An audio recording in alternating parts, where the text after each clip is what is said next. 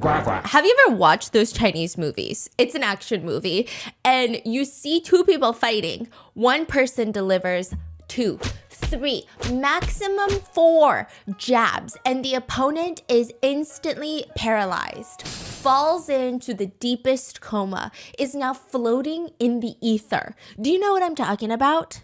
You watch like a kung fu show, and boop, boop, they're down. They're in a coma. They're knocked out. And you're like, how did that happen? This is like a real thing, honey. I don't know who you're questioning. I feel like the ones I watch is they go boo, boo, boo, boo for like hours. Like every time you punch them down, they get back up. They punch them down, they get back up. What? I've only seen the ones where they're like, pa, pa, pa, pa, and then they're dead. Like the red hands. Red hands? Honey, are you talking about 点穴? I'm talking about 点脈, death touch. Death touch? Yeah. Okay, what is that? The death touch. It's like a traditional Chinese martial art theory. And you jab someone in a vulnerable part of their body. Okay, sometimes it's like related to the acupuncture or pressure points. 点穴, yeah. I thought it's like 4 jabs. Usually it's 2. Bap, bap. Okay, so it's less than 4. So it's less than 4. It's always 2 taps. Bap, bap. Where? Like it can go anywhere. So like growing up, we'll play this in school. So if I go to you, I go, bap, bap, 点穴. You have to freeze. And what if I don't freeze? You don't freeze there. I don't play with you anymore. It's like kung fu, right? It's like apparently when you hit certain nerves, it freezes the body. Is that what you're talking about? Yes. Okay. So I have to hit like certain nerves, but you know, we don't really do that. So I just go up to you and I go use my 2 fingers like this. Like this. Like this. Okay. And then I go stab on your shoulder twice. Ba ba. And then I say 点穴. And then I freeze. You have to freeze. And then for how long do I freeze? Like, you know, like at least good 10 seconds. And then what do you do while I'm frozen? I'll be like, hee hee, and I run away. This is how you played when you were younger? That's how every kid plays. Oh, okay, sorry. Yeah. You know, this is actually based off of a real thing. Okay, clearly the Chinese theory is based off of, it's supposed to be based off of Tai Chi.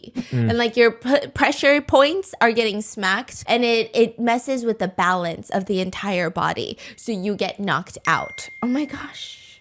Do I have friends? Oh, I don't. But I do get alerts that there's a sale. So what's better? What? But there is a real life equivalent to that. The freaking MMAs. I can't watch the MMAs. I can't even watch boxing. I feel like MMAs are more violent than boxing. Can I say that? Can I appropriately say that? I assume that I can. Or like UFC boxing. Those are all the same thing, huh? I don't know. In these high intensity fights, competitors, they'll knock each other out with like 1 or 2 blows. They will do a KO. It's called a knockout. This is genuinely very dangerous for one's health. You're not supposed to be doing this. You're not supposed to be getting knocked out. Your brain temporarily shuts down. One punch or kick can disrupt the brain's function. And their eyes roll back in the back of their head and they almost like a plank fall to the ground. But tell me why everybody in the stadium is cheering. And I'm like, you guys are all barbarians. I like sports, but this is genuinely so stressful. Who likes this? Who likes this? This is so scary. Man. I'm just kidding. He does not like MMA or UFC, okay? The only UFC boxing fight that I would watch is like all of our politicians boxing. I feel like they should be the only people that I would get satisfaction at watching politicians get knocked out. That is the only time I think this sport is appropriate. But it's supposed to be technically a talent, a skill. To be able to hit someone like that where you can almost borderline cause serious brain injury is something that you train your whole entire life for.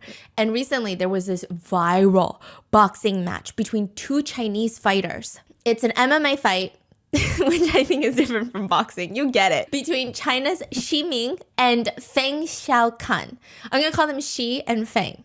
So the 2 of them, they started going viral on TikTok. If you watch the video, I was getting stressed watching the way that they're fighting. She, SHI, literally kicks Fang in the neck and has several punches to her temple. And Fang just drops like a board. I thought she's dropping dead. The moment Fang falls to the ground from her kick, the referee has to jump in and stop Shi to pull her away. And I saw a lot of comments being like, oh my God, she's so evil. She, S-H-I, she, and S-H-E, she is so evil. Why does she keep punching her when she's already down? But I guess those are the rules of the game. You have to keep punching until the ref pulls you off. And there's all this adrenaline. Fang is put on a stretcher. She's drooling while she's being escorted to the hospital. And she gets interviewed after the match and tell me why she's got the most angelic, soft voice. I think I wasn't aggressive enough. I think I showed a little too much mercy. But I think I have too much mercy. I'm not aggressive enough. And everyone was like, okay, what the fuck is happening right now? She's got the voice of an angel, which is fine. The duality of woman. We're complicated people. But then she goes even a step further, because this is the biggest plot twist. Everyone is at the hospital and they're screaming, get the doctor, get the doctor, get a paramedic. And she steps up and says, I am the doctor. Okay. It didn't actually happen like that. But Shi Meng, after this fight, it is revealed that she's actually a doctor. That's her day job. Oh, I know this story. Yes. Oh, she's yeah. a doctor. She's like a really soft-spoken doctor, right? Yes. And nobody even knew that she was an MMA fighter except Part-time. Part-time. So she's main job is a doctor. Yes, and then at night she trains to be an MMA fighter. The only people that know that she's an MMA fighter are the colleagues where she's like, oh, actually, I have to go right after my shift because I'm training to be an MMA fighter. I'm going to KO someone real quick and then I'm going to bring them back alive. Yes. It's like the craziest, strangest plot twist. She's getting interviewed. She's even nicknamed Dr. Sleep. Netizens are joking. If she has no patients, she'll go out and make her own patients. Okay? Other contestants usually pay attention to the opponent's movements, but she only pays attention to their acupuncture points. Netizens are fucking loving this shit, okay? And they say, why can't we have some more athletes that have cool day jobs? And then people say, this is why. This is why we can't have athletes who have cool day jobs, because we, netizens as a collective, have ruined it. On November 23rd, 2024, there's a Chinese influencer who is standing in front of her live stream. And she's got both her feet planted straight on the ground. She's wearing leggings, a jacket, and she's all covered up. And she does a full, I want to say more than 90 degree, like 100-degree bow. You only see this type of shit with athletes when they be taking drugs, when they cheat, have like a school bullying case, like something crazy has happened. And so people that join the live stream, they're like, wait, what's going on? Why is she apologizing? Why is she bowing? What? I don't understand. This is the boxing girl? No, this is a completely different woman. And this is why people are like, see, we can't have athletes who do both, because when they do both, y'all get mad about it. And this is the case where everybody was upset. okay. And this is an athlete. Yes. Okay, a different athlete. Yes. Okay. Her name is Wu, and she's a gymnast. She actually started her online social media account in March of 2024. Her account name was like 56 Senior Sister. Oh. What? I've heard about this one too. Really? 56学姐. Whoa, why'd you say it like that? Oh, I know what's about to come. Okay. It's so bad, no? I know like a summary. Okay. I heard probably saw a couple of TikToks. That's it. Yeah, it gets really crazy. I'm gonna describe some of the videos that she's posting. I personally think, they're fun. I think Have you seen fun. the videos? I've seen the videos. All of the videos? I've seen a good amount of her Really? videos. A lot of her videos are getting taken down, but I've seen a good amount of them. So I'm going to start off easy. She does those videos where she's wearing like tight athleisure, tight leggings, tight Lululemon Define jacket. You know, the one that hugs your curves and makes everybody look like an hourglass. She'd be wearing stuff like that, and she's just dancing to songs. And I'm like, okay. Like every TikTok video ever posted? Like literally what's going on? This is so normal. But then it does go a step further, and she does head into like a little more sexy territory, and she's out in the street. Okay, that sounds weird, but she's literally on the street, and she's wearing like a trench coat, and she's wearing a short dress. And the only part that I think is a little bit like, oh, this is extra sexy, is she'll wear those garters around her legs, like her thighs. You know, those What's like a garter? lacy. Yes. But she's not in lingerie. She just wears that with a mini skirt. Honestly, if she wore just the mini skirt, it would look less sexy. But she wears that, and I think most people associate that with inside the bedroom type of lingerie wear. So she's wearing that, and she'll just do another trending sound and just dance to the music, and she'll post these videos.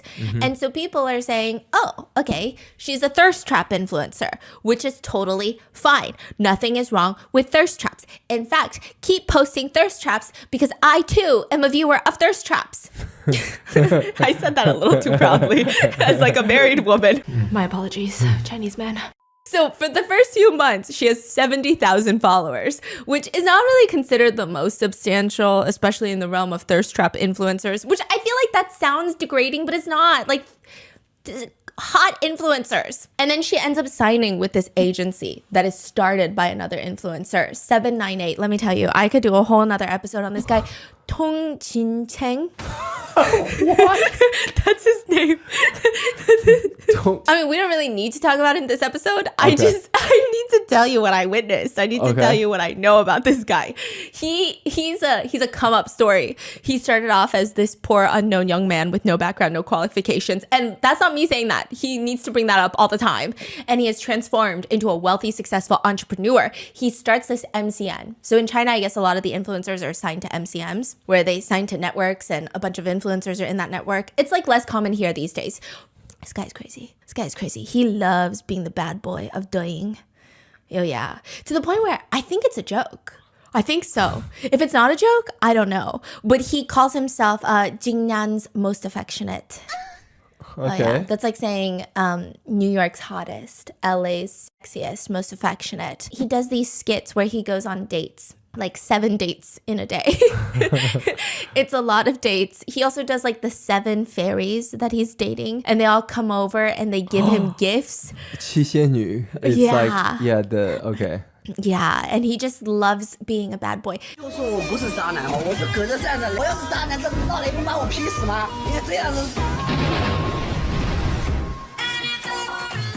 Here are some of his most well-known quotes. I think that these should be like in the Hall of Fame with some of the greatest philosophers of our time. Because I think every single word that he says is just a masterpiece in linguistics. Okay, listen. So how is this guy related, by the way? He signs her. Oh, okay. To his MCN. So he's bigger. Yeah. Okay. He says, never ask a woman if she's single. If she likes you, she's single. Damn. When looking at a girl, first check her eyes. If she doesn't look at you, look at her legs. Don't be loyal while looking for a girlfriend. Be loyal after you found one. I can swear, but I still won't post you on my WeChat moments. What? The best girls to pursue are the ones with boyfriends because your competition is only one person. That's crazy. Okay. Crazy good. Don't rush into a relationship. First, be friends with her and see if her friends are more attractive. That is crazy, no?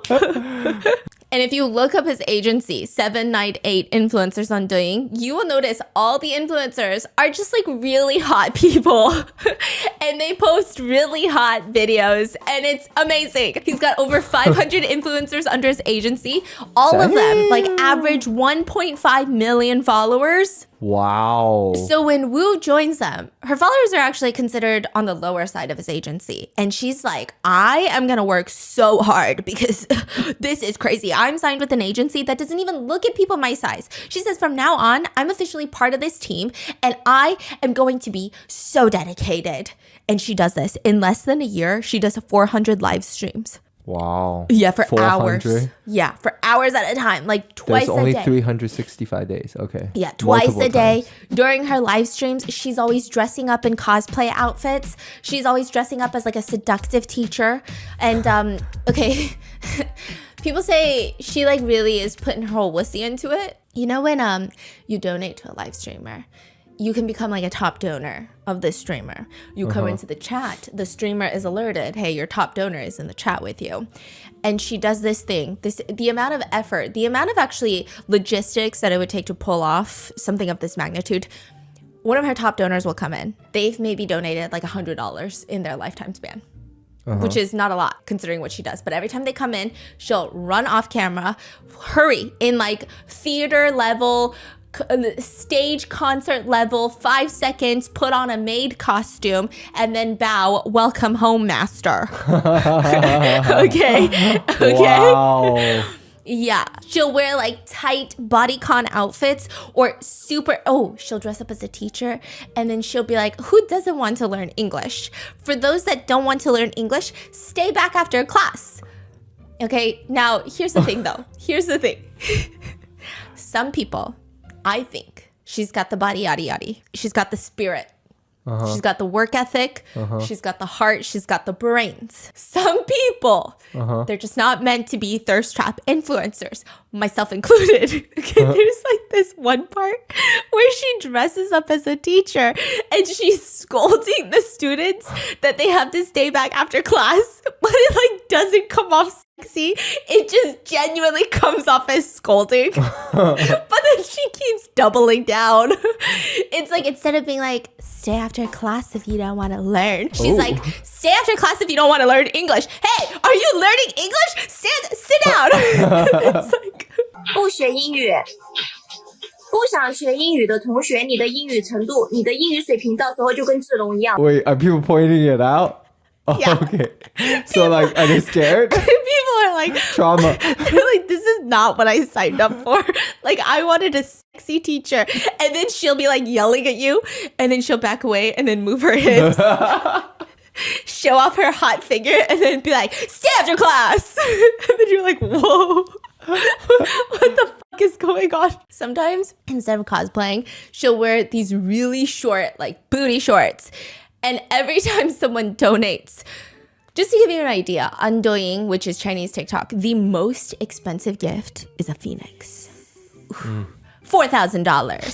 $4,000. You can gift that. Dollars, USD, it's 30,000 yuan. That's fucking crazy. Yeah. And then like one of the more affordable ones are sunglasses, which are $1.40, about 10 yuan. Wow. Okay.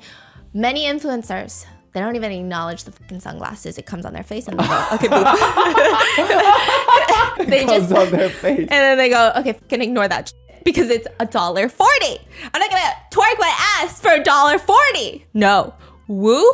She gets $1.40. She gets up and does a handstand in these very short shorts. A handstand? And people say she's like a BOGO. She's a buy one, get one. She's a steal live streamer. She's doing a handstand with just one sunglass. She's an honest streamer making an honest living. She's not trying to scam anybody. Okay. No, it's funny because we love her. Like, I genuinely love her. She's so endearing. Oh, a handstand though. Yeah. Wow. Yeah. But then like her follower count would only increase a little bit, which is like the most annoying thing. She's like trying to make an honest living and people are like, no, I'm going to go to the people that ignore the shit out of my sunglass donation. And she's just working so hard. It's not until she posts one video that everything falls apart. Transition videos have been trending for years now, right? And you'll usually see girls that are in their like at-home clothes and then they'll transition into their going out clothes or transition into something sexy. You get the vibe. Well, she decides, I'm going to use this to showcase another part of my personality. She creates her own little unique version, her own little spin on it. In the first one, she's dressed as, I guess, a regular person, like a regular girl. And she's just wearing her black pajamas, looking at the camera.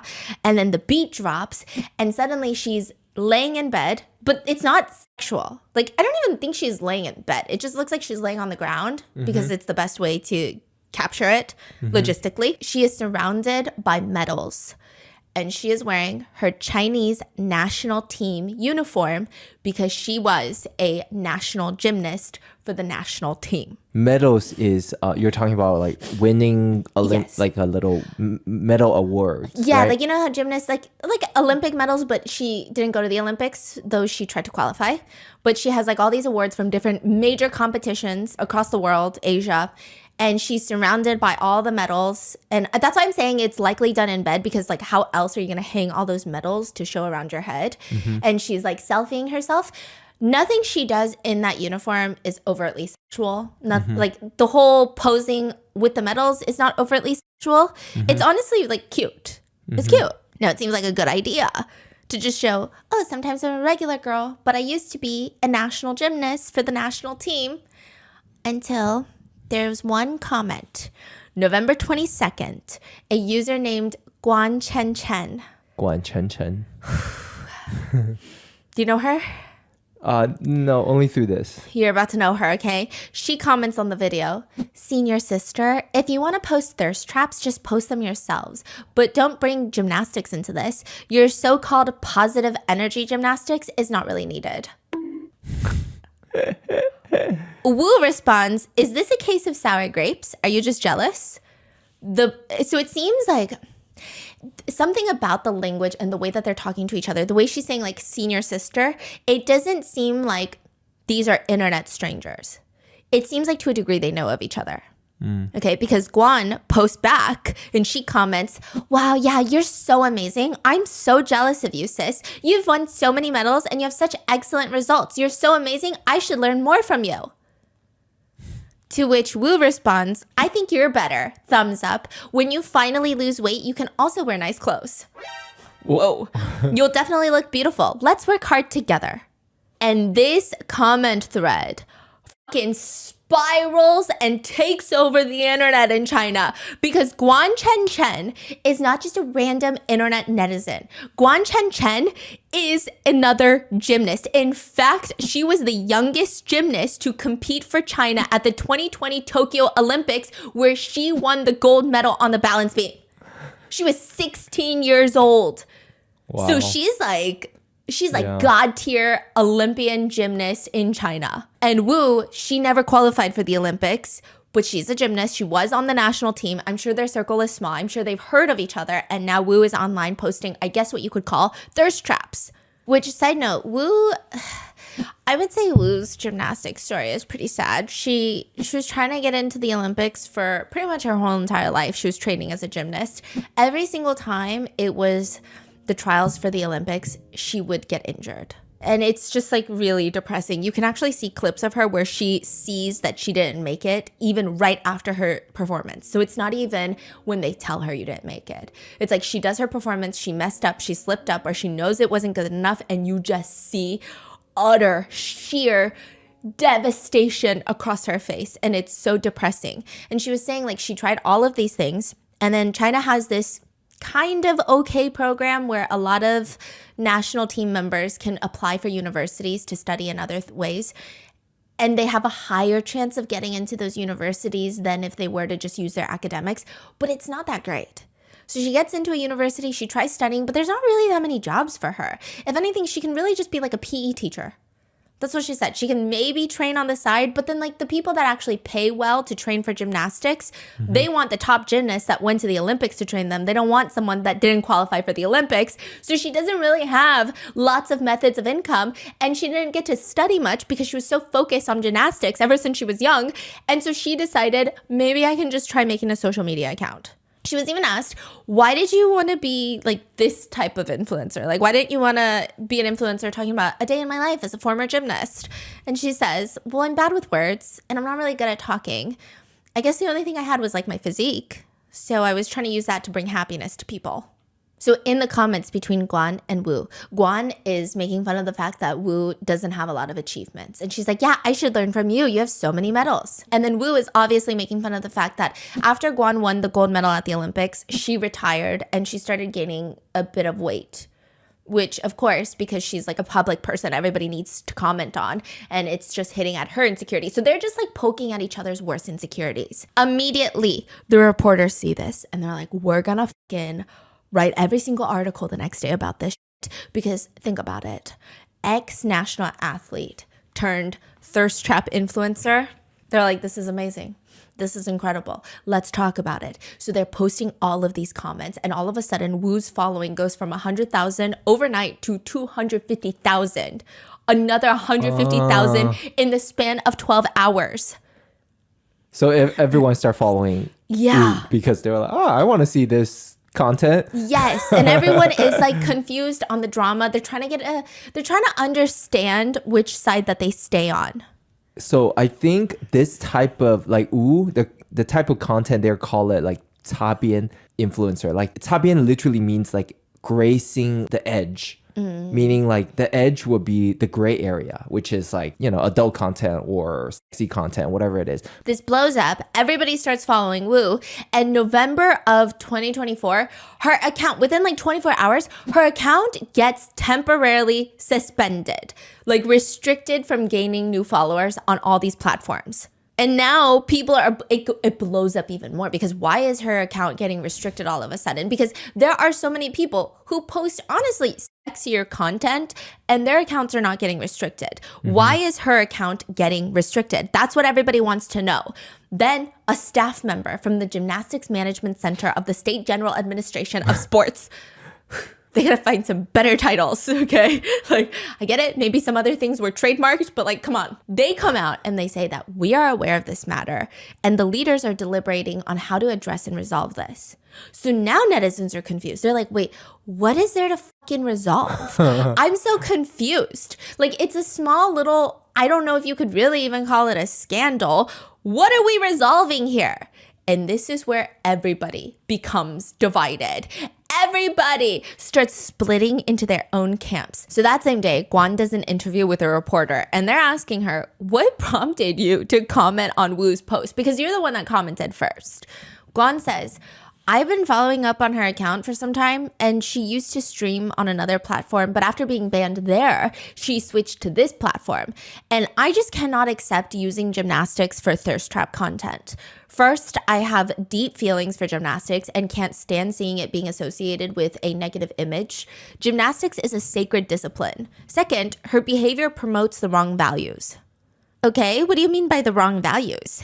What would parents who send their kids to learn gymnastics think? After all that hard work, is there really no future? That even champions end up relying on thirst traps? What about the children practicing gymnastics now? Will they think they'll end up like her after retiring? And what about ordinary people? Will they think it's all about making quick money? From what I know, the state provides her with support. She has a bright future, but she chose this path herself. What specific actions of hers do you classify as thirst traps? In her pinned videos on social media, she's wearing a Paris Olympics athlete uniform and leveraging her title as a gymnastics champion during her live streams. She dances in lingerie on the street. After this incident gained attention, she even said during her live stream, I'm not good with words, so I rely on my body to make people happy. That's why I've prepared a lot of props at home just to entertain everyone. So whether you consider that a thirst trap or not, everybody knows deep down. Some people are here just to watch her dance. So now the reporter's getting crazy with it. The reporter says, you know what's so interesting to me? Because I did my homework, girl. Guan, you are also signed with the social media MCN agency. So I'm just saying, and that agency happens conveniently to be rivals with the agency that Wu is signed to. We're just saying, we're just pointing out some stuff that the readers want to know about. And Guan says, I mean, my partnership with an MCN agency is limited to filming. It's purely supportive. I also do some like dancing TikToks, but they're fundamentally different from hers. My content goes through multiple layers of review, so there's no way to include anything inappropriate, even if I wanted to. Social media is honestly the least of my priorities. My studies come first because I'm still a student. Between my studies and social media, there's also room for other things like my charity work and traveling with my parents. My agency has even told me I won't make much money with this approach, and I've responded, why is money always a top priority? I do social media so people can see me as a fun personality, occasionally taking some sponsored posts to earn some pocket money. My comment criticizing Wu is entirely my personal action, unrelated to any organization that I'm signed with. I simply can't tolerate her behavior. After this interview, the netizens are fucking fighting. They're divided. So I'm going to go through all of the camps on this, okay? So you have one camp of netizens who think, why? Why is her being a champion becoming a burden for her? She used to be a national champion, and clearly this is what she wants to do. Why should it hold her back? When anyone who is not a champion can become a thirst trap influencer and nothing bad happens. Like, you give her less freedom because of her accomplishments, that's fucking weird. Then you have people that are kind of in the middle that are like, I agree with that. However, she does constantly bring up that she's a gymnast. She brings gymnastics into it a lot, frequently. She even wears like gymnastics uniforms. And so maybe it's just too much.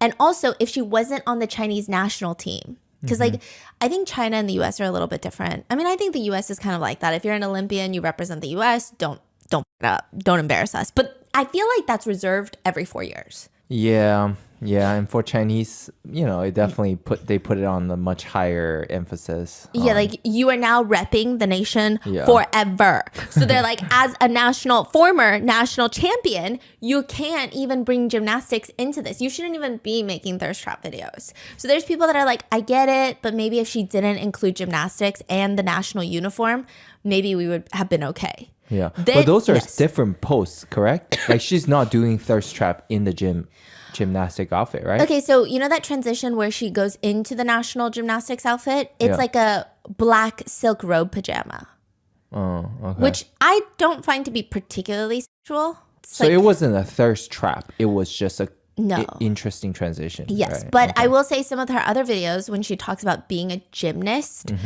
it's kind of thirst trappy. But she's not wearing the national uniform. Right. Okay, yeah. So again, it's not like she's twerking on the US flag. It's just like she like repped crazy. I know, like she repped the country at one point. Can people do that? No, right? I think you can twerk on the US flag. Oh. I don't know. I feel like one of my OF girlies has got to have done it. Others are saying, no, Guan is right. Like, there are minors in gymnastics. I don't know anything about gymnastics, okay? The netizens were arguing, objectively, the younger you are, the more flexible you are. Like, your body is, like, peak athletes are a little bit on the younger side.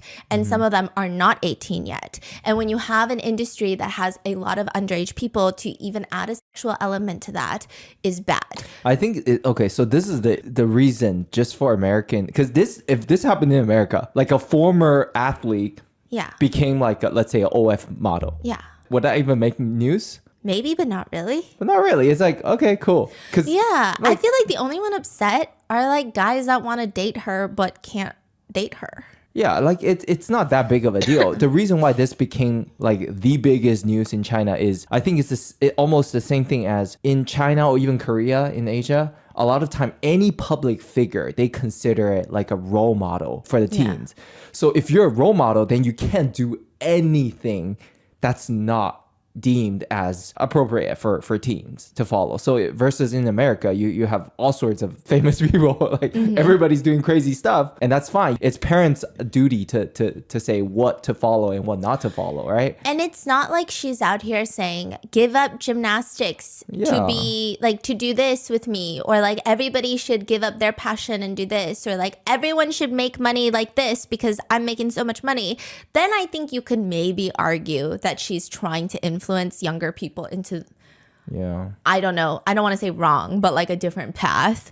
But she's literally minding her own business. Yeah. So then some people are saying, no, she's a national like athlete. She cannot be posting thirst traps. And they're also bringing it so extreme. They're like, there's minors in gymnastics. And I'm like, bitch, what does that have to do with her? She's Yeah. not pretending to be a minor. She's not Yeah. including that in any of her, like what is going, how are these connected? But then you also have netizens that are split with how they feel about Guan. So this is like the first layer of discourse that people start having, because they're like, should she be posting thirst traps? And then the second layer goes crazier because everyone starts commenting, well, if she's not posting thirst traps, what do you think she should do? So people who have been following Wu, they know that she was working as a PE teacher at one point, and she was just not making money. Like, no job that she could get that uses her gymnastics is making any money. The school that she got into was not that great. She does not have a lot of job opportunities because the job market is so competitive. She really didn't have many choices. So she goes into this route, and everyone is like, what would you rather have her do then? And they also point out that Guan was posting videos of herself dancing online, and some of them were even the same exact dances that Wu was posting. Really? Yes, and then there's another one of her. Like sexy dance? It's not like sexy. Okay, so the dances, they're like you shake your hips a little bit, but obviously because Wu would wear skin tight clothes, she would maybe shake her hips a little like more seductively. But it's like technically the same dance. I see. And then people were digging up videos of Guan on stage dancing in what you would consider more revealing clothing. But then some netizens were defending her, saying that's like performance outfit. That's not sexy outfit. But then people are like, what's the difference? Because the live streamer is also performing. Like, you think that she's just existing like this? Like, she's technically performing. Everything is a performance. Also, people didn't like Guan's responses in the interview because they're saying she just sounds so out of touch. Like, you're punching down. It's so easy for you to say, oh, money is not the priority. And also to say, like, I do social media because I want to showcase my personality, but you should only do it the way I deem you should do it. It's very much like, I deserve to have an online presence, but the way you do it, I don't like it, so you don't deserve it. Yeah. It's just very, it was giving people the ick, but to her defense, I don't know, she's 20. Maybe some people could say that she's young. And then another thing on top of that was people are saying, we used to be so proud of this girl because she was the youngest to win gold for China in the balance beam in 2020. And maybe she won that too quickly. Like, maybe her success came so quick, she doesn't understand the hardship other athletes have to go through. Like, this is not easy. Like, you think if Wu could have been an Olympian gold medalist, retired and doing like Nike deals versus like dancing as a seductive teacher for creepy guys on the internet, like, which $1.50? Yeah, which one do you think that she would choose? You know what I mean? So it's like, it's kind of, she was just giving pick me. I'm gonna be so real with you. I love her for her achievements, but maybe, I don't know, read a book on like supporting women. And then people started digging even deeper. So people are digging up all of this stuff about Guan because she's the one throwing shots to begin with. She's like, I can be on social media, you can't. They're digging up videos of her dancing the same dances, dancing, I guess, in provocative, quote unquote, provocative wear on stage for events. They're digging into all of this. And some people who support Guan and don't like Wu, they start digging into Wu and they find that she genuinely seems like a good fucking person. Like, her track record is a bunch of injuries from gymnastics and then a bunch of volunteer work. This girl is fucking volunteering every other day. She does like art therapy volunteer centers. She does classes tailored for children with disabilities and developmental delays, and she tries to teach them art. And it's crazy because Guan is like, I don't really care about social media. I care about my philanthropic work. Meanwhile, Wu is out here doing all of this. And so people start digging up all of her charitable works. And now this is the crazy part. They did a poll. This is in China. Okay, so I know my K-pop girlies think K-netizens. I feel like C-netizens are similar to K-netizens, where there is a disconnect between C-netizens, K-netizens, and then international netizens. International netizens are like, twerk on the flag, I don't care. Twerk on the flag and show me the TikTok, I don't care. But then like K-netizens will typically be a bit more sensitive. But because of this whole situation with Guan and her comments and then people digging into Wu's past, a whopping over 70% of C-netizens polled that they support Wu. Wow. Which you would not normally see that result. Yeah. It's crazy. Yeah. It's interesting to see how the things has changed in Asia too. Like in 10 years ago, no way. No. Yeah. And then to make matters even better, I guess you could say, or like more sad, it turned into a whole conversation about how, I'm sure this is the same in the US and everywhere, but how China doesn't support their national athletes. And I think that's, again, the same everywhere. So in China, there's one weightlifting athlete named Zhao, and she's probably like one of the biggest examples of this. Throughout her entire career, she won 9 medals and even broke the Chinese weightlifting record in 1990. And she has all these injuries because she's a weightlifter. After all of that, when she retires, she's like, okay, what's next for me? Like, what could I do? Could I train? Could I do something? And they say, you can work as a cafeteria lady for the national team. So she would basically just soup vegetables for the other athletes, help clean tables. And then she was trying to make her own business. So she asked the state for support and they gave her $10,000.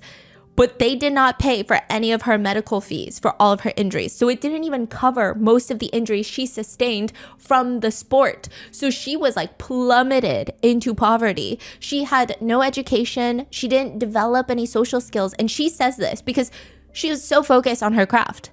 Like, you don't get to become the top by having a well-balanced life. And then on top of that, back in like the 80s and 90s, people did more drugs for sports.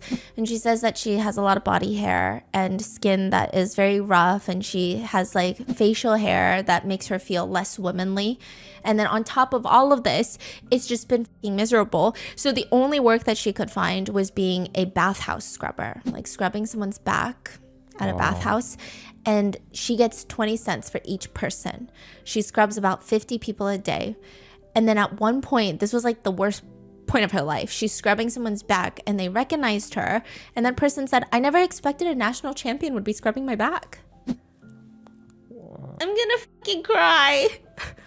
There are other other Chinese national team members. Okay, because think about how many people actually win the gold medal. Yeah. If you don't win a gold medal, your days of like brand deals are very low. Even if you win a gold medal, I think you have to be conventionally attractive. Like so many things have to line up for you to be like a mega star.